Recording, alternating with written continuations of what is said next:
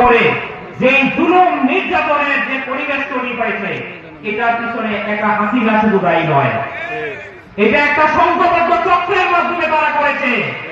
তারা এই কাজে প্রশাসনকে ব্যবহার করেছে, এই কাজে তাদের দলীয় যত জনবল সবকিছু ব্যবহার করেছে। সুতরাং আমাদের সতর্ক থাকতে হবে। এক হাসিনা পালিয়ে যাওয়ার মাধ্যমে বাংলাদেশ মুক্ত হয়ে যায় নাই। যদি আমরা এখনো ভুল করি, আপনারা দেখবেন নতুন বছরে যে পাঠ্যপুস্তক সেখানে ইসলামের কথা কতটুকু আছে।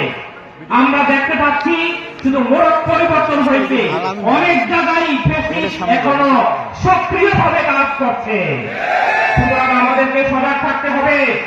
এই দেশকে ইসলামের বাংলা রূপে গড়ে তুলতে হলে জালকাঠির প্রত্যেকটি মানুষকে অতন্ত্র প্রহরীর ন্যায় সজাগ থাকতে হবে। আপনারা কি সজাগ থাকতে রাজি আছেন?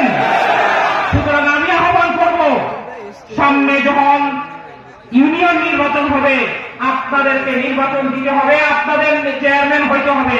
রাজি আছেন? উপজেলা চেয়ারম্যান নির্বাচন হবে, আপনাদেরকে উপজেলা চেয়ারম্যানে দাঁড়াতে হবে, নির্বাচিত হতে হবে। রাজি আছেন?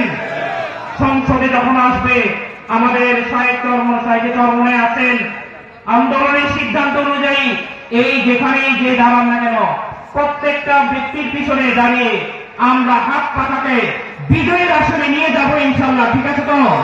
আমি আমার আলোচনা দীর্ঘায়িত করব না। আজকের এই জেলা সম্মেলনে নতুন কমিটি গঠিত হবে। আমি শুধু আপনাদের কাছে আহ্বান রাখবো, নেতৃত্বে যেই আসন আমরা সবাই ঐক্যবদ্ধভাবে এই জালকাঠিতে ইসলামকে প্রতিষ্ঠা করার লক্ষ্যে এক হয়ে কাজ করবো ইনশাআল্লাহ। আল্লাহ তাআলা আমাদের সবাইকে আল্লাহর জমিনে আল্লাহর দ্বীনকে বিজয়ী করার লক্ষ্যে কাজ করার তৌফিক দিন।